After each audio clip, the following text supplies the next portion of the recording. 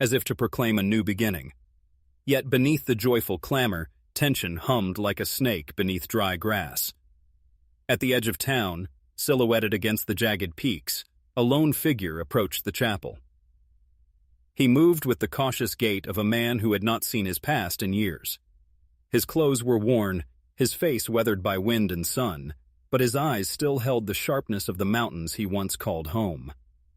Elias Cutter, the mountain man who had disappeared without a trace a decade ago, was back. Inside the chapel, the bride's veil fluttered in the breeze as she gazed nervously toward the doors.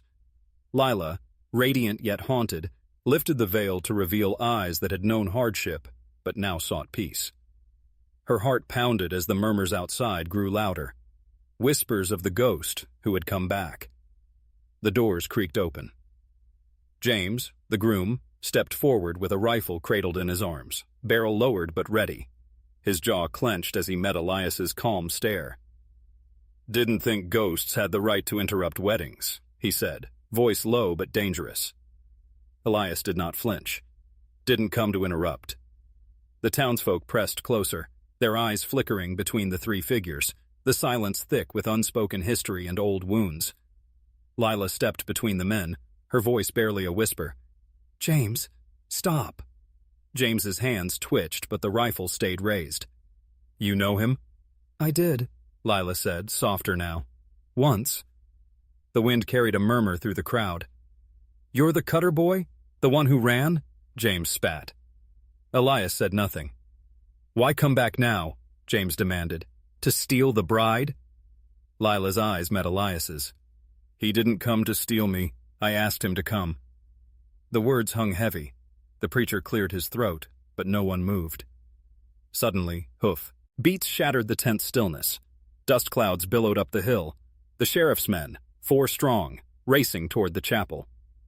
Elias glanced at Lila, then at James, as the sound of justice, or judgment, thundered closer. Fade to silence. Inside the dim chapel, Elias's boots echoed against the wooden floor. The room felt smaller somehow, packed with familiar faces that seemed strangers now. Lila's gaze was fixed on him, her voice trembling as she spoke. "Why did you leave?" Elias shifted. "I couldn't stay. Not after everything." James's eyes burned with suspicion. "Running from what? Your own past? Or from the town that never wanted you?" The room grew colder with each word, tension thickening the air like smoke before a storm. Lila stepped closer to Elias. "I found your old cabin," she said softly.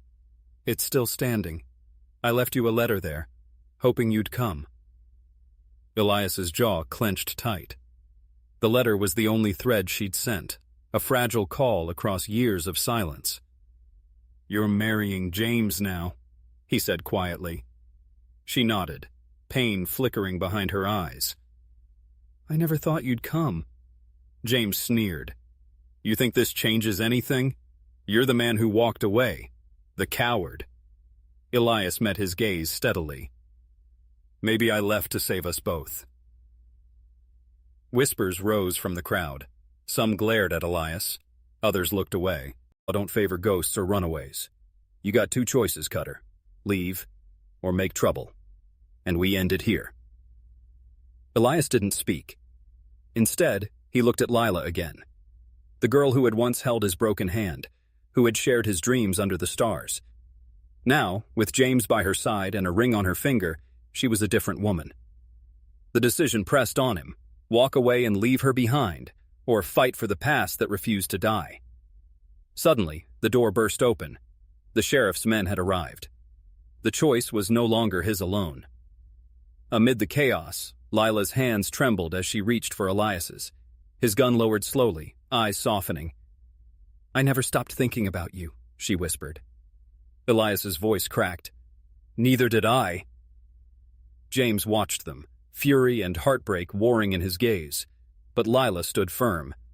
"I'm not the girl you left," she said, "but I'm still the one who cared." The sheriff, eyes scanning the room, finally nodded. "This isn't just about law. It's about what kind of people we want to be." The deputies lowered their weapons.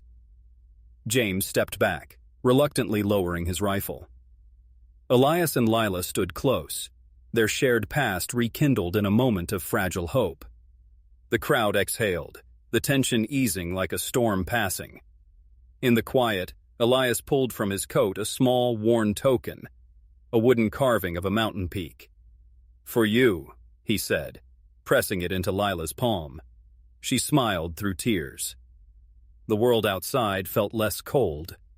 The wedding resumed in the golden afternoon light, but the mood had shifted. Elias remained in the background, a silent guardian of a past that had finally found peace. James left the chapel without a word, the weight of unspoken understanding heavy between them. Lila's vows were spoken with clarity and strength, not to erase the past, but to embrace the future. After the ceremony, Elias stood alone on the ridge, watching the sun sink behind the mountains.